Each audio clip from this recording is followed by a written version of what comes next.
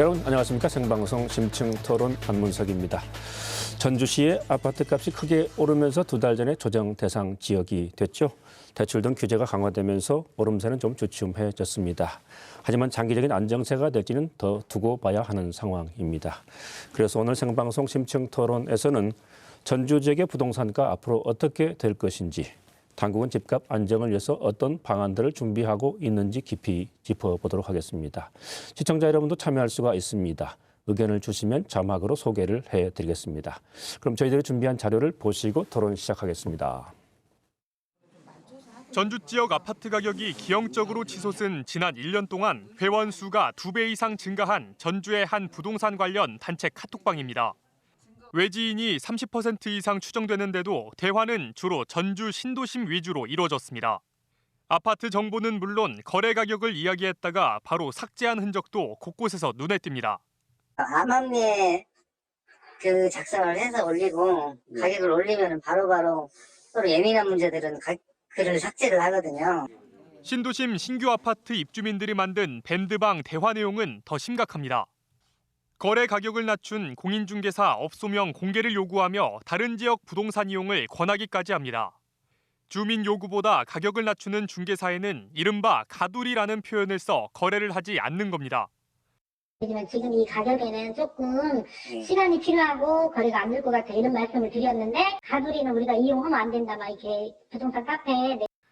전주시가 부동산 교란 행위가 의심되는 인터넷 카페 등 10여 개를 적발해 집중 조사에 나선 상황. 전주시 부동산 거래 특별조사단은 부동산 시세에 부당한 영향을 준 것만으로 처벌이 가능하다며 경찰과 세무당국과 협조해 담합의 증거를 캐낼 방침입니다.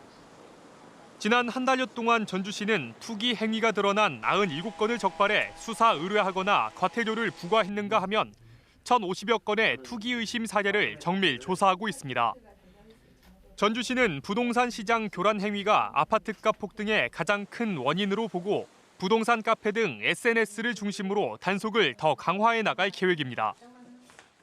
네, 먼저 오늘 나오신 분들 소개해드리겠습니다. 김승수 전주시장 나오셨습니다. 사랑하는 전주 시민 여러분 반갑습니다. 전주시장 김승수입니다. 임미화 전주대 부동산 국토정보학과 교수도 자리를 감개했습니다. 네, 안녕하세요. 전주대학교 임미화입니다. 반갑습니다. 작년에 이제 전주 신도심을 중심으로 해서 아파트값이 크게 올랐죠. 급기야는 작년 12월에 부동산 조정 대상 지역이 됐고요. 또 두 달 정도 지났는데 어느 정도 좀 진정세가 보이는 것 같기도 해요. 우선 어떤 상황인지 좀 자세히 살펴보겠습니다. 네. 조정 대상 지역이 된 게 작년 12월 18일이니까 두 달 좀 됐죠. 네. 그동안에 좀 뭔가 상황이 달라졌습니까? 이제 부동산 거래 조정 대상 지역은 정부가 정합니다. 국토부가 정하게 되는데 정하는 요건은 주택 가격 상승률이 소비자 물가를 1.3배를 초과하거나 또 주택 청약률이 5대 1을 넘는 경우. 그러니까 전주 같은 경우는 에코포레나가 무려 61대 1, 또 효자 힐스테이트 태평 아이파크가 각각 약 18대 1을 넘어서면서 이제 부동산 거래 조정 대상 지역으로 조정이 됐습니다. 네. 그런데 이제 그 조정 대상 지역이 되기 전까지 저희가 좀 뒤돌아보면 작년 연말까지 2019년 9월부터 작년 연말까지 16개월 동안 전주에서 거래된 아파트 물량이 무려 25,961건, 그러니까 26,000건 정도 되는데 이게 평소보다는 훨씬 더 큰 한 3배가량 많은 물량이기도 했고, 그리고 또 아파트가 최소 뭐 2억에서 5억 정도까지 평소 매매되던 가격이 훨씬 더 폭증하기도 했고 이런 굉장히 많은 어려움들이 있었습니다. 그래서 이제 조정 지역이 됐고, 조정 지역이 된 이후에는 크게 두 가지 정도 요소로 좀 지금 안정화가 이루어지고 있는데, 첫 번째는 조정 대상 지역이 됨과 동시에 뭐 금융이라든지 또 세제라든지 또 청약이라든지 분양권 전매 여러 제한을 받습니다. 그러니까 뭐 주택담보대출이라든지 총부채 상환율이 뚝 떨어지기도 하고, 또 양도세 같은 경우는 중과세율을 또 받기도 하고,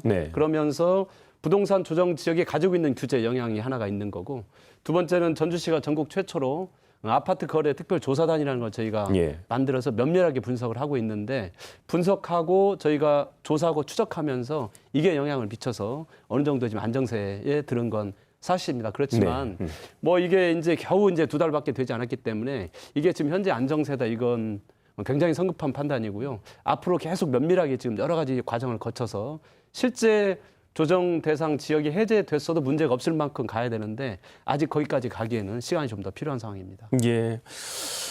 조금 조정되는 것 같은 느낌이 들지만 아직 안심할 상황은 아니다. 맞습니다. 그런 말씀이시죠. 아파트 값이 많이 오르고 조정 대상 지역이 되고 뭐 이런 게 서울 수도권 얘기인 줄 알았는데 전주에도 그런 일이 생겼어요. 이게 왜 갑자기 이렇게 많이 오른 거예요, 진짜?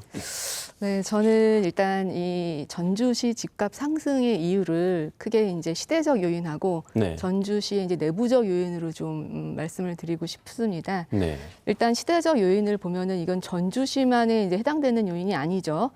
일단 저금리에 따른 유동성이 굉장히 현재 큽니다. 예. 제가 이제 좀 자료를 찾아보니까 이제 M2 통화량이라 그러죠. 이제 넓은 의미의 통화량인데 이게 그러니까 1월 기준으로 3,180조가 이제 네. 있고 그리고 M1 통화량이라 해서 일명 현금성 이 예금 자산이 됩니다. 이게 한 1,148조가 있습니다. 네. 거기다 이제 금리도 굉장히 낮고 또 한편 이 주택 가격 상승 기대 심리가 현재 굉장히 큽니다.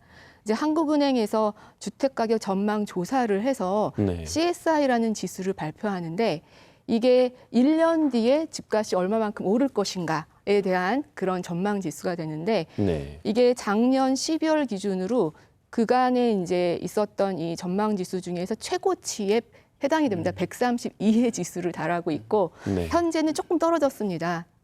130이지만 역시 굉장히 높습니다. 그래서 많은 이런 가격 상승의 기대 심리 그리고 유동성 이런 부분이 이제 영향을 주고 있고 그리고 조금 더 이제 미시적으로 좀 보면 우리나라 이제 가구의 소득이 계속 늘어나고 있습니다. 굉장히 좋은 현상이죠. 네. 그래서 예를 들면은 근로소득 기준으로 해서 국세 통계 연보 자료를 가지고 보면 연말정산한 이제 네네. 근로소득만을 가지고 보면 연간 총 급여액이 1억을 초과하는 억대 근로자들이 해마다 최소 5만 명에서 8만 명씩 늘어나고 있어요. 네. 그래서 현재는 전국적으로는 85만 명이 지금 20년 국세 통계 연보에서 나오고 있고 전북 자료를 제가 좀 살펴봤더니 전북 같은 경우에는 19년하고 20년 요 사이에 1억 넘는 근로소득을 신고하는 연말정산 근로소득 신고하는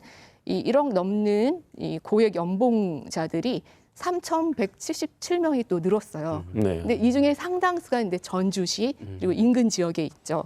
그래서 이런 소득 여력, 뭐 유동성, 뭐 이런 기대 심리 이게 복합적으로 지금 작용하고 있는 데다가 네. 전주시 내부적으로도 신규 주택 수요가 꾸준히 발생하고 있다라고 네. 보여집니다. 거기다가 이제 형만 애효라 그래가지고 이 신규 택지지구가 개발되면서 새로운 브랜드의 아파트가 들어오고 또 아무래도 신규 아파트는 기존 아파트보다 여러 가지 평면형이라든가 건축 자재 뭐 기타 많은 것들이 좀 틀려서 분양 가격이 높게 좀 올라갈 수밖에 없습니다.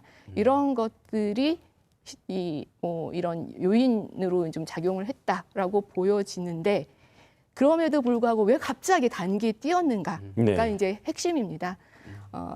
제가 이제 찾은 자료를 보니까 전주 에코시티 더샵 117제곱미터 같은 경우에 작년 한 달 동안에 10월, 11월 거래를 보면은 갑자기 3억이 뜁니다, 가격이. 네. 단기 급등할 이유가 아무것도 없는데 뭐 광역교통망이 생겼다든가 뭐 어떤 다른 요소가 네. 없는데 3억이 뛰었다라는 것은 이상 거래가 발생했다라고 볼 수밖에 없죠. 이 원인이 어디에 있을까? 사실 시장님 이제 앞서서 말씀하신 것처럼 외부에서의 어떤 이 단기 투자 목적 또는 투기 목적을 가지고 들어온 세력이 좀 있지 않았을까? 그래서 이들이 약간 가격 거품을 형성하고 있는 게 아닐까 하는 것들이 의심이 좀 됩니다. 네, 말씀하신 게 이제 유동성이 전체적으로 많고 또 전주에 신규 주택이 많이 생기고 거기다가 투기 수요까지 겹쳐서 이제 단기적으로 많이 올랐다 그런 말씀이신데 전주시에서 그동안 이제 집중적으로 조사를 했지 않습니까? 네. 그 결과도 에코시티, 뭐 혁신도시, 만성지구 같은 신도심 중심으로 올랐다는 것이죠. 그게 이제 어떤 의미인가요? 맞습니다. 이제 뭐 우연인지는 모르겠지만 수도권 규제가 강화되는 시기, 이 네. 시기에 또 중심에 또 전주는 4대 신도시라고 그러죠. 만성, 뭐 혁신, 효천, 에코 이렇게 4대 신도심인데 거기에 이제 공급 물량이 이제 많이 있었던 네. 거죠. 근데 아파트 값은 뭐 토지하고 건축비가 합쳐서 아파트 값을 정하게 되고 네. 그 이후에 이제 수요가 발생하면 공급하고 수요가 맞게 요게 이제 서로 작용을 하면서 아파트 값이 정해지는 건데 이제 이런 수요 공급에 따라서 아파트 값이 정해지는 것은 자연스러운 일이죠. 또 네. 상승하면 더 좋은 일이고요. 그런데 이렇게 급등하는 것은 굉장히 많은 문제점들을 일으키고 방금 전에 교수님 말씀하신 대로 그런 미시적이고 거시적인 그런 요인들이 있었는데 저희가 방금 전에 말씀드린 대로 16개월 동안 그러니까 25,961건이 거래가 됐는데 네. 그중에 전라북도 외에 계시는 분들이 매수한 게 4,665건입니다. 그러니까 4,665건 중에서도 42%, 1,971건이 1,791건이 이게 이제 수도권에 계신 분들이 했기 때문에 저희가 지금 특히 외지인들이 저 매입한 아파트를 중심으로 여러 가지 것들을 지금 분석을 하고 있는데 네. 그건 분명히 외지 투기 세력들이 작용을 미친 게 분명하고요.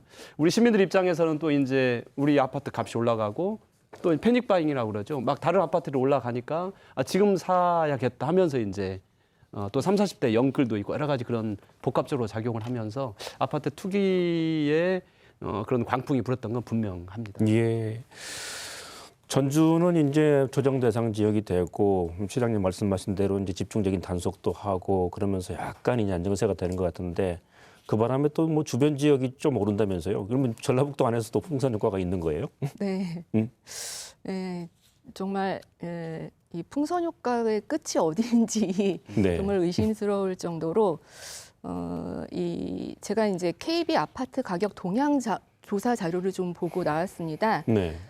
이제 익산과 군산을 좀 봤더니 이 전주시가 이 조정 지역으로 묶인 이후에, 그러니까 올해 1월이 되죠. 1월 기준으로 전월 대비 이제 상승한 것으로 나타나고 있는데 네. 사실 이 지역 같은 경우에 이 주택 가격이 오랜 기간 안정화됐던 그런 지역이거든요. 네. 주택 가격이 변동이 없는 지역이고, 그리고 익산 같은 경우에는 오히려 작년 상반기에는 약간 가격이 하락하는 추세까지도 보였던 지역인데 네. 이 전주시를 묶다 보니까 2021년 1월 기준으로는 좀 상승하는 것으로 나타나서 풍선 효과가 있지 않을까 하는 그런 의심이 좀 갑니다. 그리고 실제로 이제 이 거래 자료들을 좀 보면 군산도 이 군산 지역 외에 거주하는 분들이 이제 이 매매에 참여했던 이 외지인 거래 비중이 상당히 이제 높은 것으로 또 이렇게 조사되고 있어서 네. 사실 저는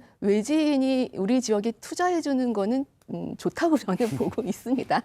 보고 있는데 이게 이제 시장을 교란시키는 행위가 동반된 투자자라면은 네. 그게 과연 진정한 투자일까라는 부분에서 조금 우려스러운 점이 보이고 있고, 이게 전주시를 기점으로 이제 또 주변 지역까지 이렇게 풍선 효과로 변화를 준다는 게 시장 가격에 이제 영향을 준다는 것은 조금 더 모니터링이 필요하지 않을까, 다른 지역도 함께 이렇게 보고 있습니다. 익산 군산이 오르는 정도는 그 심한 건 아니죠, 아직은. 아직까지는 심하지는 않은데 이제 기대 심리가 또 있는 것 같습니다.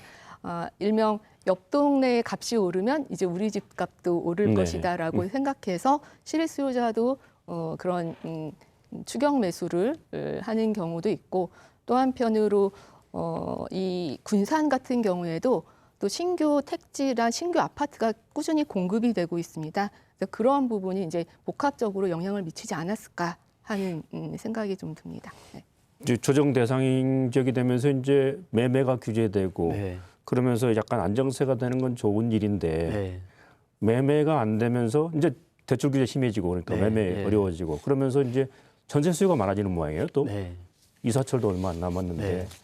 그래서 저 전세 품귀 현상 이런 것도 생기는 모양인데 네, 이런 것도 좀 시에서는 인식하고 있죠. 예, 교수님 말씀하신 풍선 효과 잠깐 말씀드리고 싶습니다. 네. 전주가 이제 집중적으로 단속도하고 조정 대상 지역이 되니까 특히 이제 군산 디오션시티 또 완주 삼봉지구가 지금 풍선 효과 분명히 지금 일어나고 있습니다. 군산 같은 경우는 뭐 디오션시티에 뭐 855건이 거래가 됐는데 그 중에 30%만 군산 시민이고 70%가 이제 외지인이기도 하고 네. 완주 삼봉지구도 굉장히 심각하게 보여집니다. 네. 그래서 이제 전주뿐만이 아니라 전주가 좀 그래도 먼저 시작을 했기 때문에 노하우가 쌓여 있는 게 사실입니다. 그래서 전주뿐만이 아니라 완주와 익산, 군산까지 저희가 지역 협의체를 구성해서 노하우를 지금 공유를 하고 있고, 네. 그래서 지금 익산도 그렇고 군산도 그렇고 이제 집중적 조사가 시작된 걸로 알고 있고 저희가 계속 유기적으로 협의체를 만들어 가면서 네. 풍선 효과가 만들어지지 않도록 그렇게 노력을 하겠습니다. 네. 전세 말씀을 하셨는데요. 지금 이제 전세 구하기 어렵죠, 지금은. 네. 근데 지금은 조정 대상 지역이 되면서 이제 집을 팔 사람 또 살 사람 이게 지금 굉장히 관망을 하고 있는 겁니다. 예. 집을 팔고 싶은 사람은 아직은 이게 높은 가격으로 팔고 싶은 게 있는 거고 또 이제 집을 사고 싶은 분들은 저 가격이 언젠가 떨어질 텐데 지금 사지 말고 이거 전세로 한번 돌려서 살아보자 이런 수요가 발생을 하게 된 게 있고요. 그리고 이제 임대차 3법이 통과가 됐지 않습니까? 그 중에서 계약갱신 청구권이 이제 통과가 됐는데 작년 7월에 이제 시작이 됐는데 그러면 이제 내가 2년 동안 전세로 살았는데 앞으로 내 의지에 따라서 2년 더 이제 4년을 살 수가 있는 거죠. 그런데 이제 전세를 내놓는 사람 입장에서 보면은 2년이 아니라 앞으로 4년이 되기 때문에 이걸 좀 기다려 보는 네. 거죠. 그러면서 이제 전세가 분량이 줄어들기도 하고 또 이제 공인중개사법이 개정이 됐는데 허위 과장 광고 처벌하라는 법령이 이제 개정이 됐기 때문에 허위 매물이 그동안에 꽤 많이 있었는데 이게 없어지면서 전세 물량이 줄어든 게 사실이고 시민들께서 굉장히 어려움을 겪는 게 사실입니다. 그래서 어쨌든 저희가 중요한 건 지금 아파트의 이 기형적 상황을 저희가 바로 잡아서 매매 물량으로 내놓는 게 굉장히 중요한 일이기도 하고 또 정부가 전월세와 관련된 여러 가지 금융 혜택을 드리고 있는데 정부와 더불어서 전주시도 더 파격적으로 지원을 하는 게 있고 또 실제 2025년도까지 저희가 지금 공급될 물량들이 많이 있습니다. 재개발, 재건축도 있고 많이 있는데 네. 새로운 개발 지역도 있고 소규모로 이 물량들이 빠르게 공급될 수 있도록 시에서 여러 가지 절차들을 원스톱으로 도와주는 게 있을 수도 있고 또 전주시의 정책으로 저희가 사회주택이라든지 청년 매입임대주택 이런 것들을 하고 있는데 이런 것들을 활성화시키면서 공급 쪽에 또 박차를 가하는 것도 중요한 일이라고 생각을 합니다. 예. 아파트 값을 잡으려고 하니까 이제 뭐 전세가 오르고 이 둘 다 잡는 게 참 어렵다. 부동산 정책이 참 쉬운 일이 아니다 하는 생각이 드는데 이 전세가도 좀 안정시키면서 매매가도 안정시키는 그런 방안은 없습니까? 굉장히 어렵습니다. 네, 사실은 매매가도 안정시키고 전세가도 안정시키려면은 이 전세 매물이 일명 공급이 많이 꾸준히 이루어져야 되는데 네. 이게 이제 지금 시장 상황에서는 이 재고주택 시장에서 이제 기존 주택 소유자분들이 쉽게 전세 물량으로 이제 돌리기가 조금 힘든 어쩔 수 없이 이제 전세 매물이 줄어들 수밖에 없는 상황입니다. 현재가 왜냐하면 이제 아까 시장님 말씀하신 것처럼 이 규제에 의해서 도 발생하지만 이 아까 얘기하신 거 외에도 이 실거주 요건이라는 게 이제 굉장히 강화됐거든요. 네. 그래서 이제 다주택자에 대한 규제 그리고 주택 소유자의 실거주 요건 강화 그리고 계약갱신 청구권 뭐 이런 것들이 복합적으로 작용해서 전세 매물이 줄어들 수밖에 없는 이런 상황이기 때문에 그냥 기존 시장에서의 전세 매물을 늘리기는 쉽지 않기 때문에 결국은 누군가 공공이 이 공공 전세 매물을 좀 많이 공급을 해야 되는데 이것도 사실은 쉽지가 않습니다. 이 공공주택도 공급하는데 이제 시차가 있기 때문에 네. 이것도 이제 쉽지 않아서 당분간은 이 전세 가격이 조금 이 상승할 여력이 좀 있지 않을까 하는 부분이 사실은 솔직히 우려되는 부분이 됩니다. 예. 네, 전주시가 부동산 문제의 심각성을 인식하고 그동안 이제 부동산 거래 특별 단속을 꾸준히 해 와서 이제 아까 말씀하신 대로 조금 안정화되긴 했는데 여전히 이제 어려운 상황이 계속될 수 있다. 좀 더 이게 좀 상황을 봐야 되는 그런 여건 속에 있다 하는 말씀인데 그동안 2달 동안 단속을 해 보니까 어떻습니까? 불법 사례들이 많이 있었습니까? 예, 매우 심각합니다. 어느 굉장히 정도입니까? 심각하고요. 네. 또 이게 투기꾼들이 아주 수법이 굉장히 고도화돼 있기 때문에 이걸 네. 행정에서 다루는 게 아주 굉장히 어려웠습니다, 사실. 네. 대부분 주택거래 이런 걸 업무 담당하는 부서가 전주뿐만이 아니라 전국적으로 네. 뭐 민원실에서 한다든지 아니면 뭐 주택부서 일부에서 하고 있는 게 사실이어서 앞서 말씀드린 것처럼 이제 저희는 심각한 상황이 2019년 9월부터 작년 연말까지 16개월 동안 25,961건이라고 말씀을 드렸는데 이걸 저희가 2019년 9월에 조짐이 이상해서 2달 뒤 2019년 11월부터 광역수사대 이런 경찰과 함께 예. 그 당시에는 분양권 전매 제한으로 해서 저희가 1, 2차 조사를 벌였습니다. 그래서 네. 1차 때 222건, 2차 때 224건, 그래서 446건을 검찰에 송치를 했고 이제 특별조사단이 꾸려진 이후에 저희가 3차 조사, 4차 조사를 하고 있는데 3차 조사부터는 뭐 전매권 이제 문제 그런 문제는 뭐 당연하고 가격이 급등됐다든지 또 외지인들이 다수 또 매입을 했다든지 또 법인이 다수 매입을 했다든지 또 편법 증여를 했다든지 명의신탁을 했다든지 저희가 굉장히 세분화시켜서 지금 많은 것들을 조사를 하고 있고요. 그러면서 이제 2020년 12월 28일부터 이제 지난주 2월 8일까지 저희가 1,105명을 대상으로 해서 858명을 조사를 했는데 네. 그중에 116건이 적발이 됐습니다. 그래서 수사 의뢰도 하고 저희 과태료도 하고 또 국세 저희가 그 추징도 하고 그런 지금 그 과정들을 밟아가고 있고요. 현재 지금 4차 조사에 들어와 있습니다. 4차 조사는 지금 현재 804명이 대상인데 이 중에 30대 외지인이 465명 정도로 해서 굉장히 많습니다. 그래서 네. 특히 외지인들이 전주에 들어와서 우리 시민들을 대상으로 장난치고 우리 시민들의 삶과 도시를 망가뜨린 건은 단 한 건도 저희가 놓치지 않게 끝까지 저희가 응징하겠다 그런 마음으로 준비를 하고 있고요. 초반에는 저희가 분양권 전매 제한 중심으로 이제 조사를 했었는데 지금은 매우 세분화해서 끝까지 저희가 불법 세력들은 엄단하려고 준비를 하고 있습니다. 예. 금방 일부 말씀하셨습니다만은 뭐 외지인들이 와서 사는 경우가 많더라. 금방 말씀하신 대로 한 30% 40% 되는 모양인데 외지인들이 와서 산 거는 다 투기라고 보면 맞는 겁니까?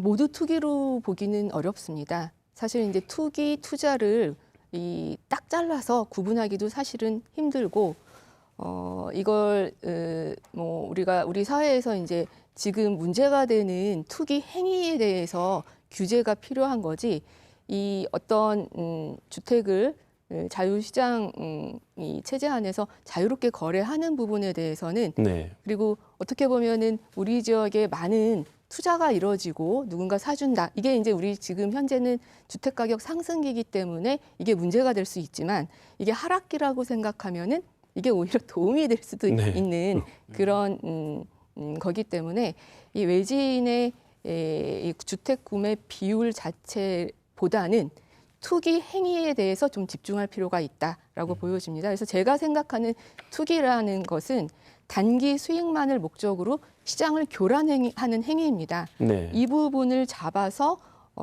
이 제재가 필요한데 그러려면 이제 면밀한 모니터링이 필요하겠죠. 근데 이 외지인 거래 같은 경우에 최근에 이제 외지인 거래 관련된 연구나 이제 보고서 자료들을 좀 보면은 외지인 거래의 특성이 있습니다. 우리나라에서 외지인 거래가 가장 많이 이루어지고 있는 지역이 어디라고 보십니까? 우리 교수님께서. 서울 아닙니까? 서울 맞습니다. 네. 네, 서울이 네. 외지인 거래가 가장 많습니다. 글로벌 도시로 갈수록 외지인 거래 비율이 높습니다. 네. 그거는 그만큼 메리트가 있기 때문이죠. 그래서 이 외지인 거래 자체를 우리가 터부시해서는 안 된다라는 얘기를 저는 좀 드리고 싶고 한편으로 우리나라 같은 경우는 주택 청약 제도에서 외지인들이 많이 주택 청약을 통해서 구매할 수밖에 없습니다. 네. 왜냐하면 우리 그래서 이제 그러다 보니까 신규 입주 물량이 많은 지역일수록 외지인 비율이 늘어납니다. 네. 그래서 우리나라 이제 청약 1순위가 해당 지역이 그 지역에 이제 거주하는 지역 주민들이 30% 물량을 받아가고 네. 나머지 기타 지역이 인근 지역에서 70% 물량을 받아가게 돼 있습니다. 네. 청약 제도 자체가 주변 지역에서 그 지역의 신규 주택을 구매할 수 있게끔 만들어놨기 때문에 네. 이 외지인 거래 비율이 높다라고 해서 다 나쁜 건 아니고 네. 문제는 아까 이제 계속 반복해서 말씀드리는 것 같지만 가격을 조작하고 또 이제 불법 허위 정보를 유포하고 이런 행위가 이제 문제다라고 보시면 될 것 같습니다. 그리고 이제 들어왔다가 값이 올랐을 때 단기에 팔려고 나가고 이런 그렇죠. 것들이 투기 세력이라고 봐야 그렇죠. 되죠. 이제 그런 세력의 이제 문제는 뭐냐면 가격 거품을 일으키는 것도 문제지만 그런 세력들이 들어와서 계속해서 주택을 빈번하게 거래하면은 이 단기 수익만을 목적으로 하는 분들은 주택에 투자를 안 합니다. 네. 네, 왜냐하면 내가 잠깐 갖고 있다가 팔을 네, 건데 네. 이 주택에 대해서 품질을 개선하는 행위를 하지 않겠죠. 네. 자본적 지출을 안 한다는 얘기가 됩니다. 이 경우에는 전체적인 우리 지역 전체로 확대해서 본다면은 이런 세력이 빈번하게 들어와서 이렇게 단기 수익만을 목적으로 하고 떠난다면은 네. 전체적인 도시의 여건이 좀 하락할 수 있다. 네. 그래서 선제적으로 예.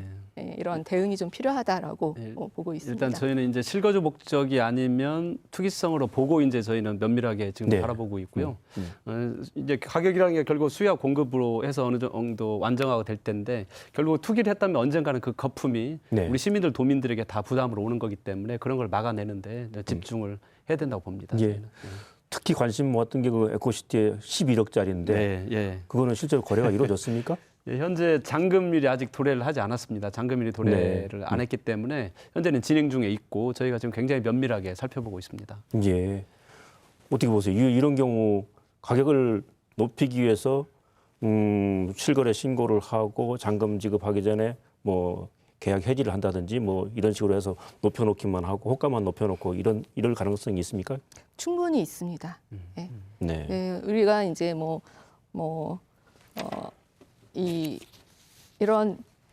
이런 단기 이 고수익 투자 상품이라고 주택을 인식하고 이 투자 행위를 하시는 분들이 사실 여러 가지 이제 이런 기법을 쓰겠죠. 네.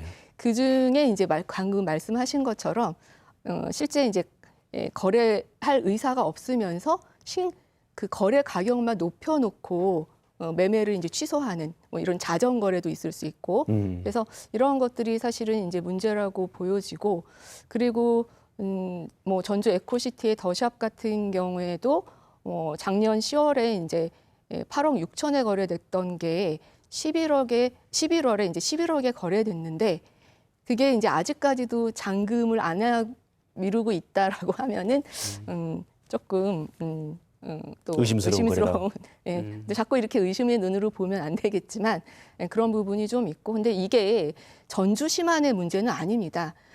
이제 창원시 같은 경우에도 작년에 보면은 의창구의 용지 더샵 레이크파크라고 있습니다. 네. 여기가 10월 달에 32평이 8억대에 거래가 됐다가 11월 달에 약 10억 8천, 그러니까 11억 정도 이제 거래가 됐습니다. 여기도 단기에 2억이 뛰었습니다. 네. 근데 창원도 이제 어떤 문제가 있냐면 인구 100만이 무너져서 이 결혼을 하면 1억을 주겠다. 그리고 아이 셋을 낳으면은 그 1억을 탕감해주겠다. 네. 이렇게까지 이제 도시가 인구를 유지하기 위해서 엄청난 이제 정책을 펼치고 있는 그런 도시인데 여기에도 인구가 감소하는데도 역시 이런 단기에 2억, 3억씩 뛰는 이런 문제가 이제 발생하고 있어서 이게 전주시만의 문제가 아니고 참 전국적인 안타깝게도 현재 전국적으로 이런 문제가 빈번하게 발생하고 있다라고 보여지고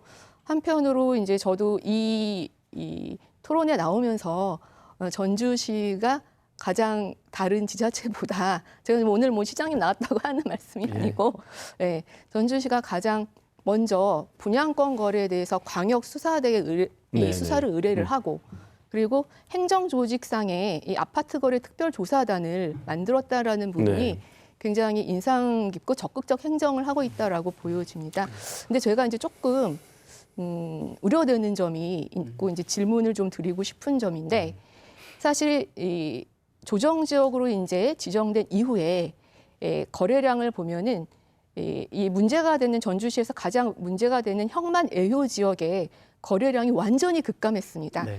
그 전에는 뭐 100호, 200호 뭐 이런 식으로 거래가 됐다가 12월 이후에는 그러니까 조정 지역 이후에는 뭐 5호, 1월에는 14, 뭐 2월에는 뭐 2호. 그러니까 결국 한 자릿수 거래가 이루어지고 있습니다. 네. 그렇다면은 이 아파트 거래 특별조사단이 하는 역할이 이렇게 이렇게 거래에 의해서 불법 투기 행위가 일어날 경우에는 이 역할이 이제 필요한데 이 특조단을 이 상시 조직으로 운영하실 계획이 있는 건지 그리고 실제로 이렇게 거래량이 급감해서 이런 투기 행위가 근절됐다라고 보여지면은 이 특별조사단이 어떤 역할까지 함께 하면서 우리 지역의 주택 시장을 모니터링 할 건지 저는 이게 조금 궁금합니다. 네. 지금 말씀 나왔으니까 한번 얘기해 보시죠. 예, 지금 특별조사단은 이제 앞서 말씀드린 것처럼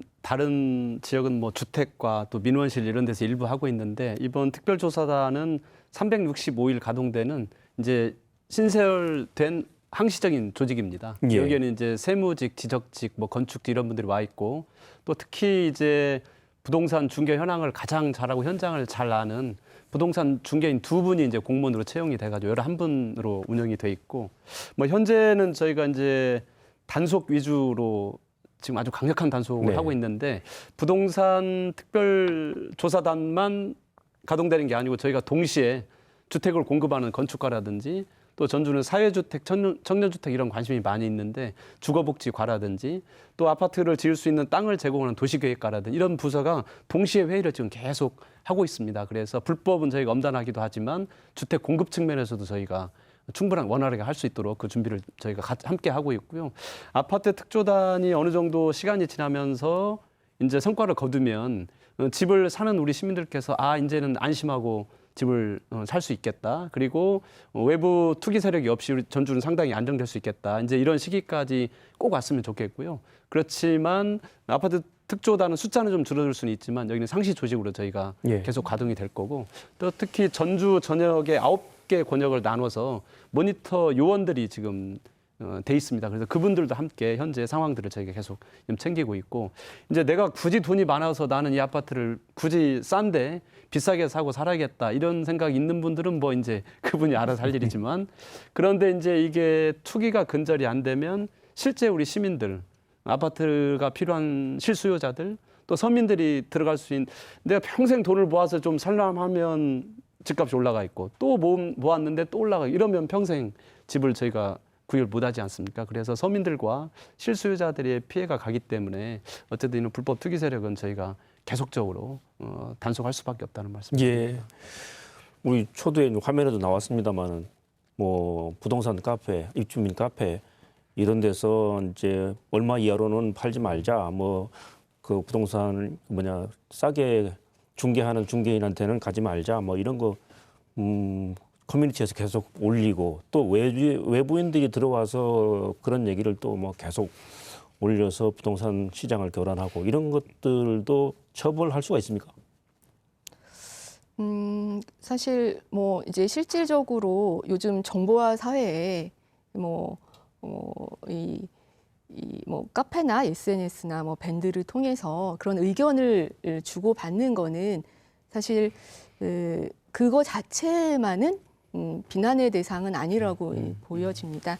다만 그 안에서 허위 정보를 유포하고 그거로 인해서 누군가에게 피해를 주는 행위가 발생했다면 그 부분이 모니터링되고 그 부분에 대해서 진짜 그 거래 행위로 이어졌는가에 대해서 조사가 필요하고 거기에 따른 대응이 좀 필요하다고 보여지고 이런 카페나 SNS라는 걸 통해서 이 전주나 전북에 대해서 관심을 가지고 이 자문을 받고 의견을 주고받는 행위는 저는 이 부정적인 행위보다는 긍정적인 효과가 더 많다라고는 보고 있습니다. 뭐 요즘은 그렇잖아요.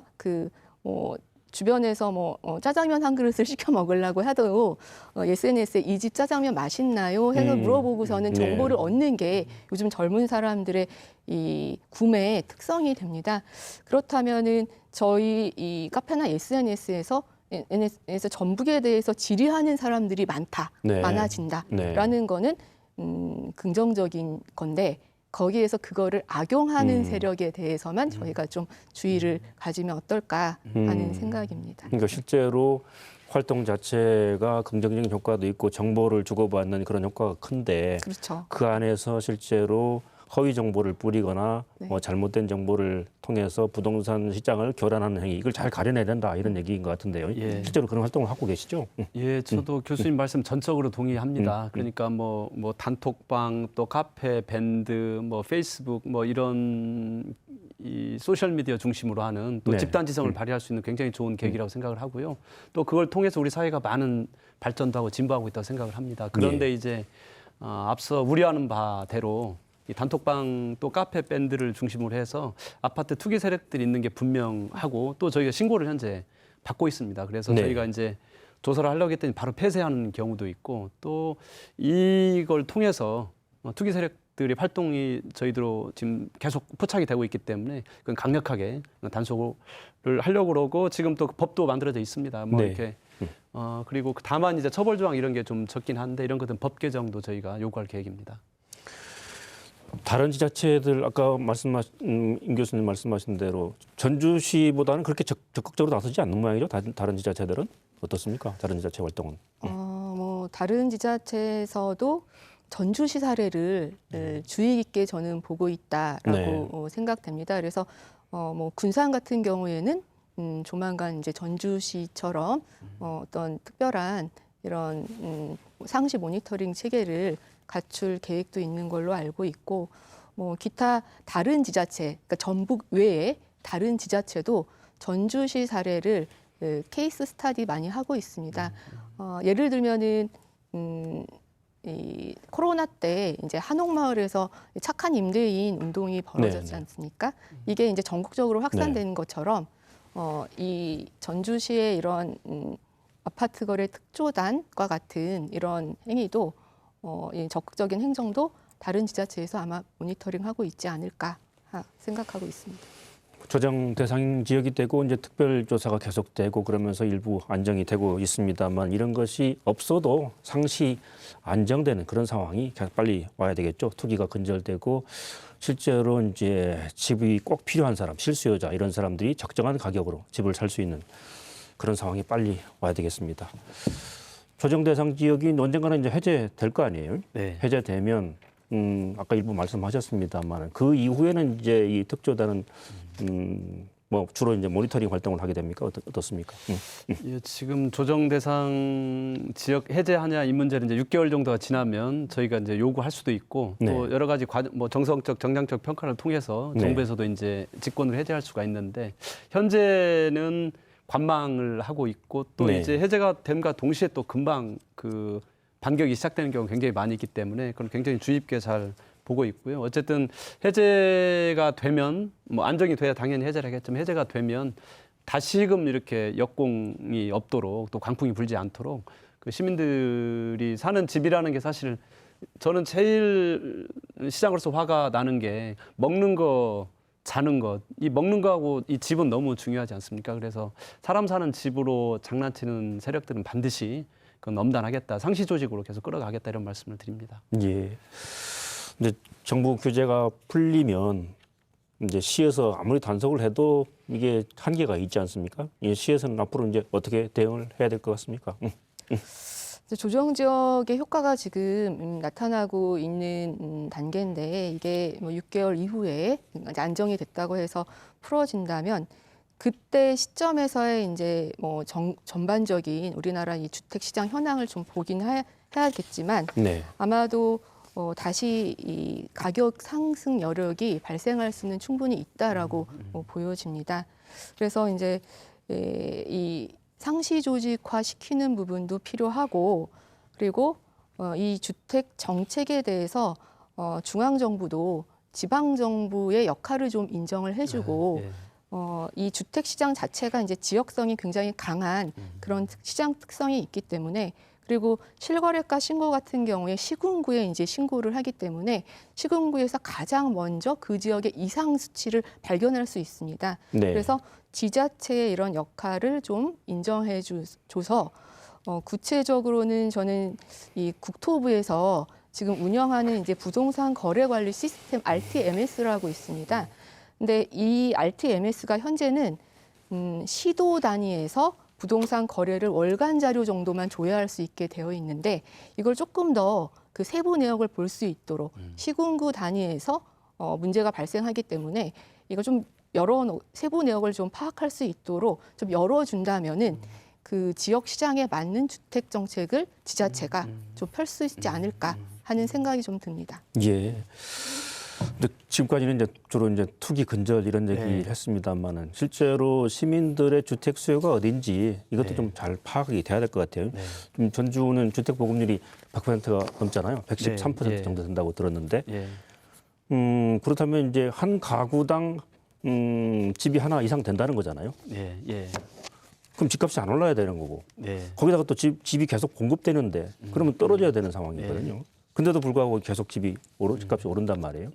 그렇다면 그냥 공급만 늘리는 그런 형식은 네. 좀 벗어나야 될 거 아닌가 하는 생각이 들기도 하는데 어떻습니까? 맞습니다. 지금 이제 통계청하고 저희하고는 약간 이제 주택 보급률을 보는 시각이 약간 다르긴 한데요. 네. 이제 저희 시 기준으로 보면 약 113%가 네, 이제 주택 보급률인데 네, 현재 2025년도까지 13,000 가구가 저희가 제공이 또 현재 물량으로 보면 되기 때문에 네, 그러면 약 한 118%까지 올라가게 됩니다. 그런데 이제 뭐 무조건 다 보급이 된다고 해서 이 집에서 살고 싶다 그런 건 아닙니다. 특히 30, 40대의 경우에는 5년 미만의 이런 신축 아파트에 살고 싶은 욕구가 굉장히 또 크고 또 전주가 20년에서 30년 된 아파트들이 무려 뭐 40%, 43% 정도 되기 때문에 20년, 30년 되는 아파트에 신혼부부라든지 젊은 분들이 또 우리 시민들께서 마찬가지지만 이 집에서 내가 40년까지 더 살아야겠다 이런 분들은 많지 않을 것 같습니다. 그래서 네. 주택 보급률이 높은 건 사실이지만 시민들이